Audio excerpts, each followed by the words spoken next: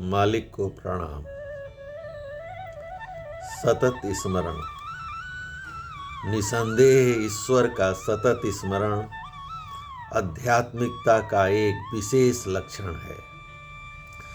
सतत स्मरण विकसित करने का तरीका यह है कि अपने खाली समय में, चाहे हम कार्यालय में हों या घर में, गली में हो या बाजार में, दृढ़ विश्वास के साथ यह सोचें कि ईश्वर चारों दिशाओं में और हर जगह विद्यमान है और आप उसके बारे में सोच रहे हैं। जितनी ज्यादा देर तक हो सके उसी विचार में मग्न रहने का प्रयास करें।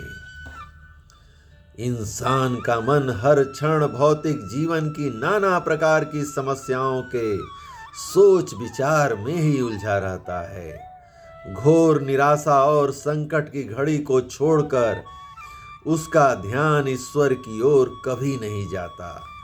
कारण यह है कि केवल अपने भौतिक हित को ही महत्व देते हैं।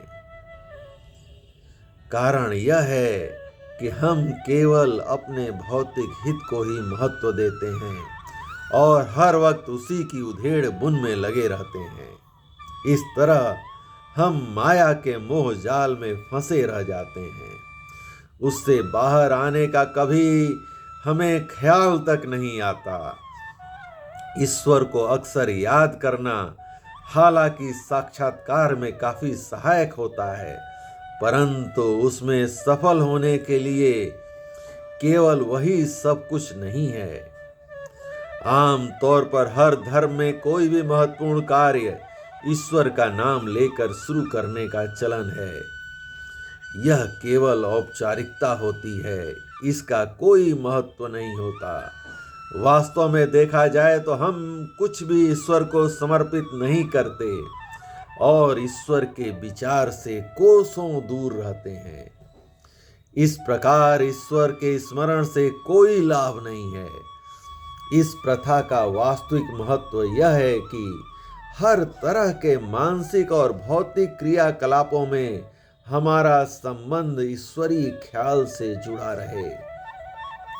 हमें अपने सभी कार्यों में यह महसूस करना है कि हर क्षण हम विचारों की अटूट लड़ी द्वारा सर्वशक्तिमान से जुड़े हुए हैं। ऐसा आसानी से किया जा सकता है अगर हम अपने सारे क्रियाकलापों को उस परम पिता परमेश्वर द्वारा सौंपे गए कर्तव्य का हिस्सा मान लें, जिनकी सेवा हमें अपनी क्षमता अनुसार जितनी अच्छी तरह से हो सके करनी है।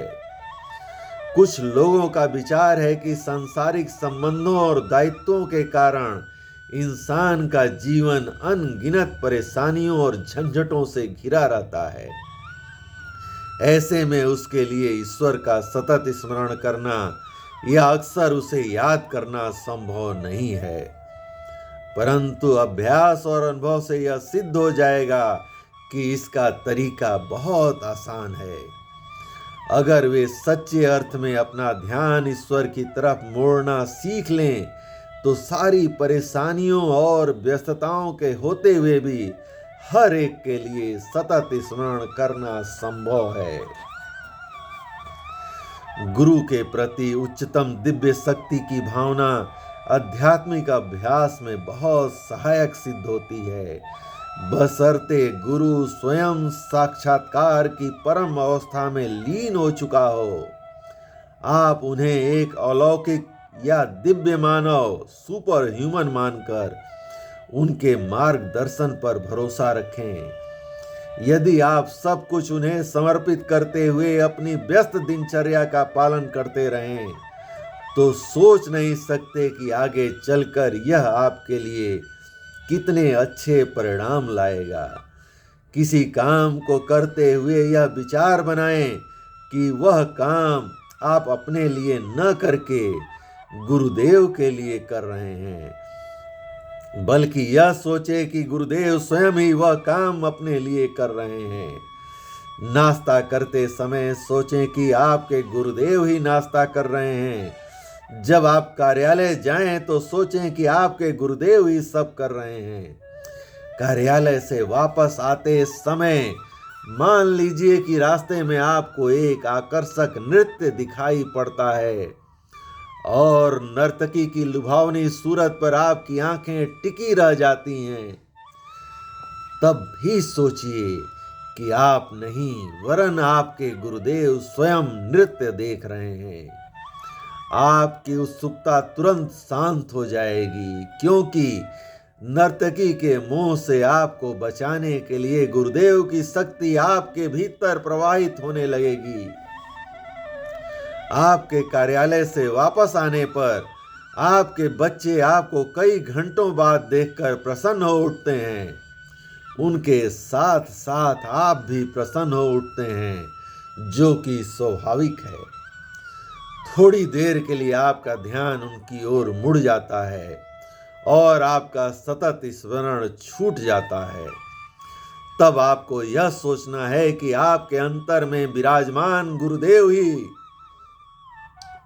इसका आनंद ले रहे हैं और आपके सतत स्मरण की कड़ी फिर से जुड़ जाएगी। यदि आप अपने मित्र से बातचीत कर रहे हो तो सोचें कि आपके गुरुदेव उनसे बात कर रहे हैं, न कि आप।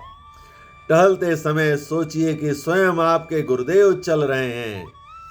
यहाँ तक कि ध्यान में आप यदि यह विचार बना लें कि आपके नहीं वरन स्वयं आपके गुरुदेव अपने ही स्वरूप पर ध्यान कर रहे हैं, तो इससे बेहद लाभ होगा। इसी प्रकार आप अपनी दिनचर्या के सभी कार्यों में तालमेल बिठा सकते हैं। यदि यह विचार पैदा कर लें और यह रवैया अपना लें कि आपके स्थान पर आपके गुरुदेव ही सब कुछ कर रहे हैं, तो न केवल आप सारे वक्त सतत स्मरण में बने रहेंगे, बल्कि आपके कार्यों की कोई छाप नहीं बनेगी और इस प्रकार आगे के संस्कारों का बनना बंद हो जाएगा। मालिक को धन्यवाद।